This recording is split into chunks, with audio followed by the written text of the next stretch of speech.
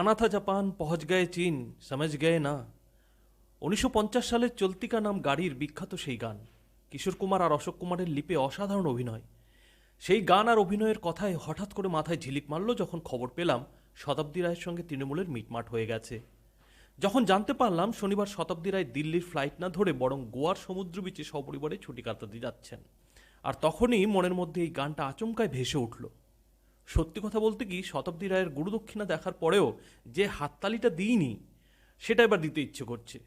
বলতে হচ্ছে অসাধারণ শতাব্দী রায়, অসাধারণ। আপনি সত্যি অভিনয়টা রপ্ত করেছেন। অভিনয় আপনার রক্তে। পুরো মিডিয়াটাকে যেভাবে আপনি 24 ঘন্টা নাকখত দিয়ে ছাড়লেন, বারবার খবর বদলাতে বাধ্য করলেন, সেটা আপনিই পারেন। বন্ধুরা, সত্যিটা আমাদের পারফেক্ট পলিটিক্সেরও স্বীকার করে নেওয়া ভালো। আমরাও শতাব্দী রায়ের দলবদল নিয়ে যে ভবিষ্যৎবাণী করেছিলাম তার মূল মোটিভটাই মাটি হয়ে গেছে। শতাব্দী রায় সত্যি বিজেপিতে যাচ্ছেন নাকি বিজেপিতে যাওয়ার ঢং করছেন সেটা বুঝতে আমরাও ব্যর্থ হয়েছি। কারণ আর যাই হোক, শতাব্দী রায় এখনও রাজনৈতিক ব্যক্তিত্ব হয়ে উঠতে পারেননি। সত্যি কথা বলতে কি, তিনি এখনও অভিনেত্রীই থেকে গেছেন। আর এই অভিনয়টা যে তিনি এখনও অসাধারণ করেন তা ফের একবার প্রমাণ করলেন। আর সেই অভিনয়টা যে অভিনয়, সেটা পারফেক্ট পলিটিক্স আমরাও বুঝতে পারিনি। এর জন্য বন্ধুরা আমরা আপনাদের কাছে ক্ষমা চাইছি। আশা করছি আগামী দিনে শতাব্দী রায়কে নিয়ে রাজনৈতিক বিশ্লেষণ করার আগে আমাদের এই অভিনয়ের ব্যাপারটাকেও মাথায় রাখতে হবে।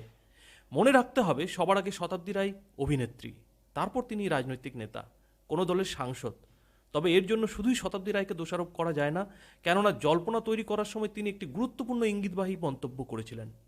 তিনি কিন্তু জোরের সঙ্গেই জানিয়েছিলেন, আমি আগে অভিনেত্রী তারপর রাজনৈতিক নেতা। তিনি কিন্তু বলেছিলেন সবার আগে অভিনেত্রী হিসেবেই মানুষের কাছে তার পরিচিতি। এখন এই কথাগুলো ভালো করে খুঁটিয়ে দেখার পর, শোনার পর আমরা বুঝতে পারছি শতাব্দী রায় তৃণমূলের নিজের দর বাড়ানোর জন্য, তৃণমূলের এই খারাপ সময় নিজের ওজন বুঝে নেওয়ার জন্য, অপছন্দের অনুব্রত মণ্ডলকে একটু টাইট দেওয়ার জন্য মিডিয়াকে ব্যবহার করে একটা খেলা খেলে নিলেন। আর সেই সঙ্গে তিনি প্রমাণ করলেন তিনি শুধু এবার আর অভিনেত্রী নন, রাজনীতির চাল দিতেও ধীরে ধীরে শিখছেন। তিনি বুঝে ফেলেছেন মিডিয়াকে কিভাবে ব্যবহার করতে হয়, কিভাবে নিজের ওজন মেপে নিতে হয়, নিজের দর বাড়াতে হয়। যাকে শতাব্দী রায় যে সেটা করতে সফল হয়েছেন সেটা অস্বীকার করার উপায় নেই। তবুও খেয়ে হারানো খবর মেলাতে গিয়ে আমরা এই ভিডিওতে 2-4টি কথা না বলে পারলাম না।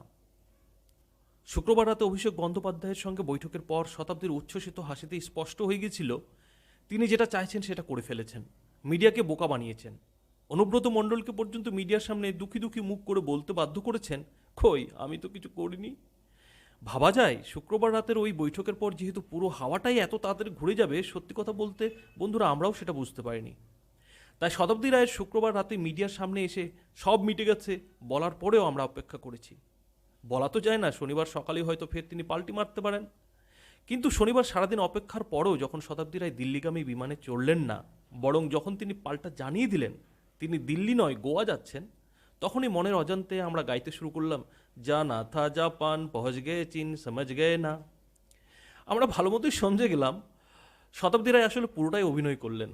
তাই তিনি নিজের পোস্ট থেকে ক্ষোভের কথা না বলে ফ্যানদের পেজ থেকে পোস্ট করেছিলেন।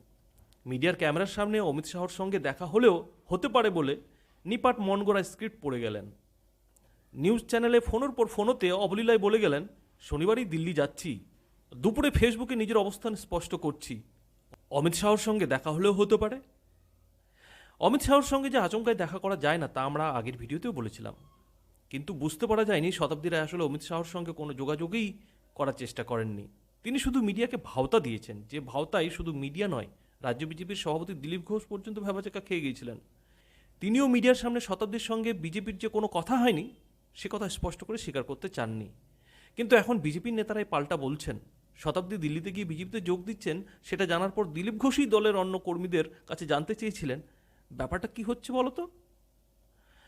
আর শতাব্দী রায়ের ফ্ল্যাটে কুণাল ঘোষ যখন মিটিং করছেন তখন নাকি শতাব্দীর কাছে মুকুল রায়ের ফোন এসেছিল। কুণাল ঘোষের এই দাবি মুকুল রায় মেনে নেননি। তিনি স্পষ্টতই জানিয়েছেন সেরকম কোনো ফোন তিনি করেনই। তাহলে ব্যাপারটা কি দাঁড়াচ্ছে বন্ধুরা? ব্যাপারটা দাঁড়াচ্ছে এই, পুরো ঘটনাটাই একটা ভেবেচিন্তে করা একটা নাটক নয় তো? প্রশান্ত কিশোর কিংবা কুণাল ঘোষের মাথা থেকে বের হয় একটা গট আপ ম্যাচের প্ল্যান নয় তো? রাজনৈতিক বিশ্লেষকদের একাংশ এবং বিজেপি নেতাদের একাংশের মতে তৃণমূলের বিক্ষুব্ধদের বিজেপিতে যাওয়ার ঢল আটকাতে, ভোটের আগে ভেঙে পড়া তৃণমূল সমর্থক কর্মীদের মনোবল বাড়াতে এটা প্রশান্ত কিশোর এবং কুণাল ঘোষের সাজানো নাটক হলেও হতে পারে। আর সেই নাটকের প্রধান চরিত্রে অভিনয়ের দায়িত্ব দেওয়া হয়েছিল অভিনেত্রী শতাব্দী রায়কে। আর সেখানে অন্য প্রধান ভূমিকায় নেমেছিলেন তৃণমূলের মুখপাত্র কুণাল ঘোষ, পার্শ্ব চরিত্র হিসেবে ছিলেন অভিষেক বন্দ্যোপাধ্যায় এবং সৌগত রায়। বন্ধুরা, ভালো মতো খেয়াল করে দেখুন, সংলাপ বাড়িয়ে বলতে গিয়ে সৌগত রায় কিন্তু এই নাটকে মমতা বন্দ্যোপাধ্যায়েরও নামও টেনে এনেছিলেন, কিন্তু পরে এ নিয়ে ঢোক গিলতে বাধ্য হন। এই নাটকের কোথাও কিন্তু পরে আর তৃণমূল নেত্রী মমতা বন্দ্যোপাধ্যায়ের নাম একবার জন্যও শোনা যায়নি। রাজনৈতিক বিশ্লেষকরা এমনটাও বলছেন, অভিষেক ব্যানার্জি ও প্রশান্ত কিশোরের সঙ্গে বৈঠকের পর শুভেন্দু অধিকারীকে কিন্তু সরাসরি ফোনে মমতা বন্দ্যোপাধ্যায়ের সঙ্গে কথা বলানো হয়েছিল। কিন্তু শুক্রবার রাতে ক্যামাকে স্ট্রিটে অভিষেকের সঙ্গে বৈঠকের পর শতাব্দী রায়ের সঙ্গে তেমনটা কিছুই করা হলো না। ফলে সাধারণ মানুষের মনে পুরো ঘটনাটাই যে সাজানো নাটক, সেই সন্দেহটা কিন্তু বড় আকার ধারণ করে ফেলেছে। এমন সন্দেহ যে অমূলক নয়, তার আরও কিছু অকাট্য যুক্তি আপনাদের বলছি। আচ্ছা বলুন তো, শতাব্দী রায় যা তৃণমূলের কাছ থেকে পেয়েছেন তা তার যোগ্যতার থেকেও অনেক বেশি নয় কি? না, শতাব্দীর অভিনেত্রী হিসেবে যোগ্যতার প্রশ্ন তুলছি না, বলছি রাজনৈতিক যোগ্যতার কথা। তিনি আজ বীরভূমের 3 বারের সাংসদ, সেই কবে থেকে তৃণমূল করছেন, কিন্তু এত বছর পরেও তাকে নিজের কেন্দ্রে ভোটে জিততে হয় অনুব্রত মণ্ডলের সাহায্য নিয়ে, দলের সংগঠন করতে হয় অনুব্রত মণ্ডলের অনুমতি নিয়ে। তাহলে এমন একজনকে নিয়ে বিজেপি তার নিজের ঘরের কাচের আলমারিতে নিশ্চয়ই সাজিয়ে রাখবে না। ফলে শতাব্দীকে বিজেপির দলে টানতে যাবে কেন? তাছাড়া শতাব্দী রায়ের সঙ্গে এবারে 21-এর ভোটের তো কোনো সম্পর্কই নেই। তিনি তৃতীয়বার সাংসদ হয়েছেন সবে 1.5 বছর হলো, অর্থাৎ সেই সাংসদ পদের মেয়াদ শেষ হতে এখনও 7 বছর বাকি রয়েছে। এখন যদি তিনি সত্যিই বিজেপিতে যেতে চান কিংবা মুকুল রায় তাকে বিজেপিতে ডাকেন, তাতে বিজেপিরই বা কী লাভ হবে আর শতাব্দী রায়ের বা কী লাভ হবে? শুধু তাই নয়, শতাব্দী রায় এলো না গেল তাতে তৃণমূলেরই বা কী ক্ষতি হবে? ফলে অভিষেক বন্দ্যোপাধ্যায়ের সঙ্গে বৈঠকের পর যেভাবে শতাব্দী রায় গদগদ হয়ে মিডিয়ার সামনে সুন্দর দাঁতের পাটি বের করে নির্দ্বিধায় বললেন সব মিটে গেছে, সেটা আপনাকে আমাকে বিশ্বাস করতে হবে? সত্যি বলতে কি, মিডিয়াকে দিয়ে সেই চেষ্টাই করানো হচ্ছে। এখানেই শেষ নয়, শতাব্দী রায় আবার শনিবার আরেকটি ফেসবুক পোস্ট দিয়েছেন।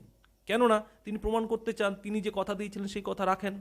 অর্থাৎ তিনি যেহেতু বলেছিলেন শনিবার নিজের অবস্থান স্পষ্ট করবেন, তাই জানিয়ে দিলেন তিনি তৃণমূলেই আছেন। অভিষেক বন্দ্যোপাধ্যায়ের মতো আর নেতা হয় না, তার মতো দূরদৃষ্টি সম্পন্ন যুবনেতা হয় না, ইত্যাদি ইত্যাদি। প্রশ্ন হচ্ছে, তাহলে শুক্রবার যখন অভিষেকের সঙ্গে বৈঠকের পর মিডিয়ার সামনে একমুখ হাসি নিয়ে কুণাল ঘোষকে পাশে রেখে যে কথাগুলো বলেছিলেন, তাতে কি বাংলার মানুষ বুঝতে পারেনি যে আপনি মোটেও বিজেপিতে যাচ্ছেন না? তারপরেও কেন শতাব্দী রায়কে শনিবার ফেসবুকে নতুন করে পোস্ট করতে হলো? এই প্রশ্নটা কিন্তু নাটকের সন্দেহকে আরও জোরালো করছে। আর শেষে কোথাও না বললেই নয়, কুণাল ঘোষের সঙ্গে শতাব্দী রায়ের ব্যক্তিগত রসায়ন কিন্তু খুবই ভালো। তাছাড়া এতটাই ভালো যে শতাব্দী রায় কোন সময় কোন রোল প্লে করবেন তা কিন্তু কুণাল ঘোষই ঠিক করেন। এটা আমাদের কথা নয়, এটা তৃণমূলেরই একাংশ নেতা আড়ালে আবডালে বলেন। আর এর জন্যই কুণাল ঘোষের হাত ধরেই শতাব্দীর তৃণমূলে আসা, মাঝে কুণাল ঘোষের সঙ্গে তৃণমূলের ঝামেলার সময় তার সঙ্গে অন্য মঞ্চে গিয়ে ওঠা, এবং সবশেষে এই বিজেপিতে যাওয়ার ছলনা। সবই তো যেন মিলে যাচ্ছে, তাই না? সবই তো নাটক বলে মনে হচ্ছে। জানি না রাজনৈতিক বিশ্লেষকদের এই মতামত কতটা সত্যি, কারণ এর তো কোনো তথ্য প্রমাণ আমাদের হাতে নেই। তাই বন্ধুরা, সত্যি শতাব্দী কুণাল ঘোষরা নাটক করেছেন কি না তার প্রমাণের ভার আপনাদের উপরেই ছেড়ে দিলাম। আপনারাই বলুন, এই যুক্তির কোনো সত্যতা কি থাকতে পারে? নিচের কমেন্ট বক্সে অবশ্যই এ নিয়ে আপনাদের মতামত জানান। ধন্যবাদ।